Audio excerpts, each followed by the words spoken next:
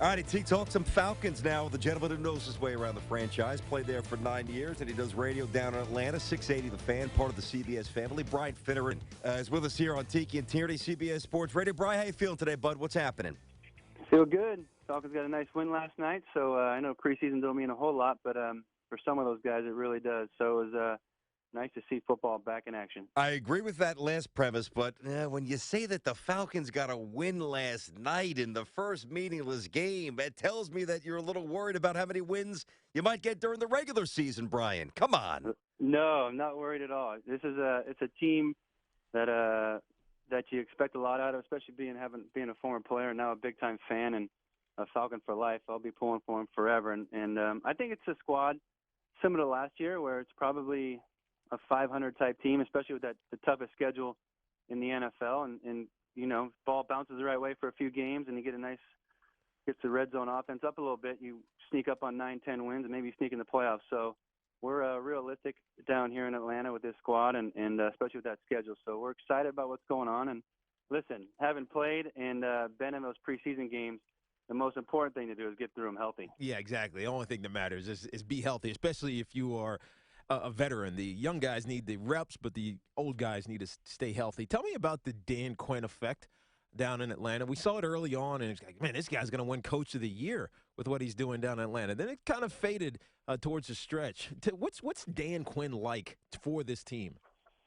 Players coach, guys love him, ton of energy all over the football field. I don't want to say a little bit of that college mentality, but he's got that feel, that excitement, that energy that he brings to the football field. Everything's high tempo, pace, short, quick practices, in and out, and the players love him. And he's one of those coaches that you just kind of play a little bit harder for.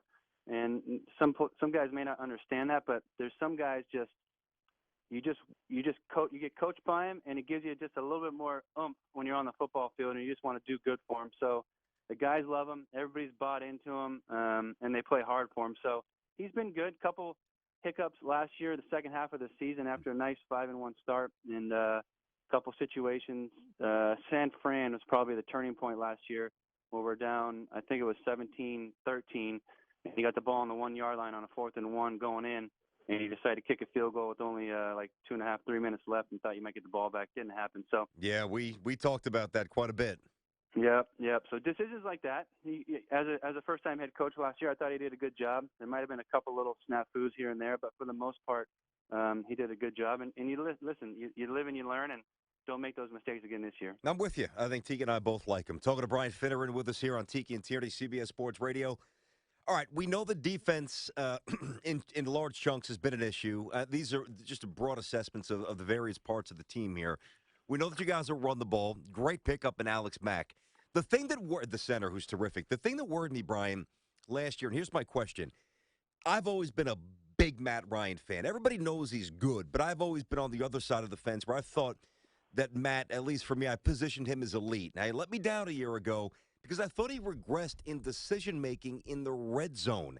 Has he plateaued out, or is there another level for Matt still to reach, or is this what he is?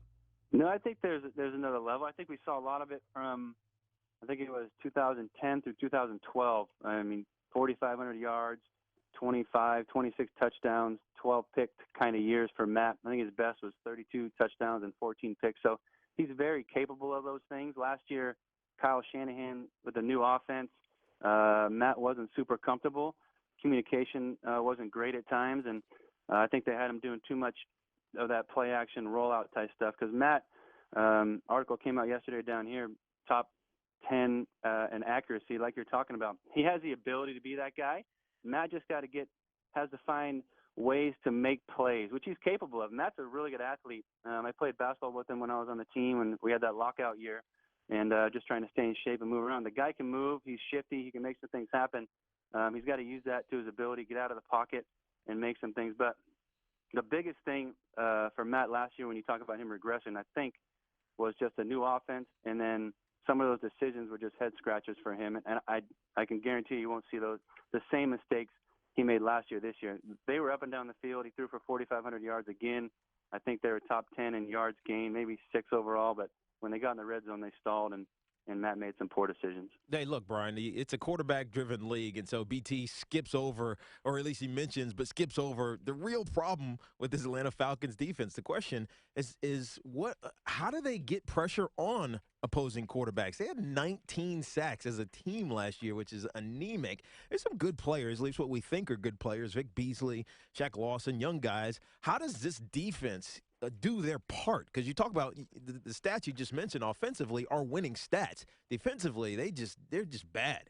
Yeah, they're really bad at getting after the quarterback. They couldn't figure it out. They thought Vic Beasley out of Clemson might give him a little burst there, but he's a little undersized and had a welcome to the NFL moment more than once last year, trying to go up against big left tackles in the NFL, and really struggled. So they moved him over to the left side so he can go against some right tackles. Had a great game against Carolina, second to last game of the season. Had a nice strip sack and sealed that win for him. So bringing in Dwight Freeney the last week is huge for this team, not only on the field but off the field in the meeting rooms. Hopefully he gets a little burst. You've got guys like Adrian Claiborne you brought back. So you hope Grady Jarrett shows some stuff up the middle, and you just got to be better. And listen, pass rush it's a skill, and it's a learned thing, and you got to be really good at it. And we really struggled the last few years, not just last year, getting after the quarterback. So I think Dan Quinn, he does a good job trying to substitute guys on down and distance situations. It's almost like a hockey shift change when 4, 5, 6 guys come in at different times based off of what they see in the down and distance. They just got to be better. And I honestly don't know how much they'll jump. 19 sacks was, like you said, anemic and brutal and awful to watch as a fan, because you're waiting for something big to happen, and it never does on the defensive side of the ball. So hopefully that changes. Some of those guys you mentioned come in and do some good things for them this year. Yeah, uphill battle, no doubt.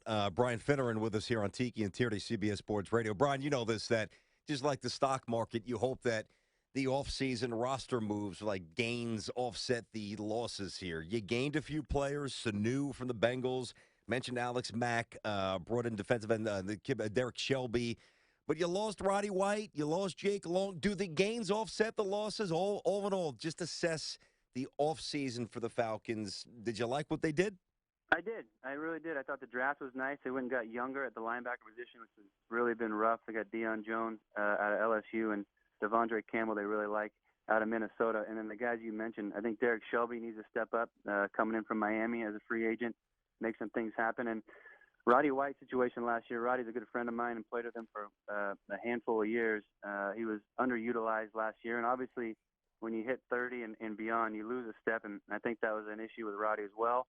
But he also wasn't hitting it off with Kyle Shanahan very well and wasn't used the way he should have been. But I like the Sanu kind of replacement for Roddy White, a younger, bigger, faster body that can come in there and make some things happen. So I think what we did in the offseason was good. Brian, appreciate a couple of minutes. Appreciate it, bud. We'll talk to you soon.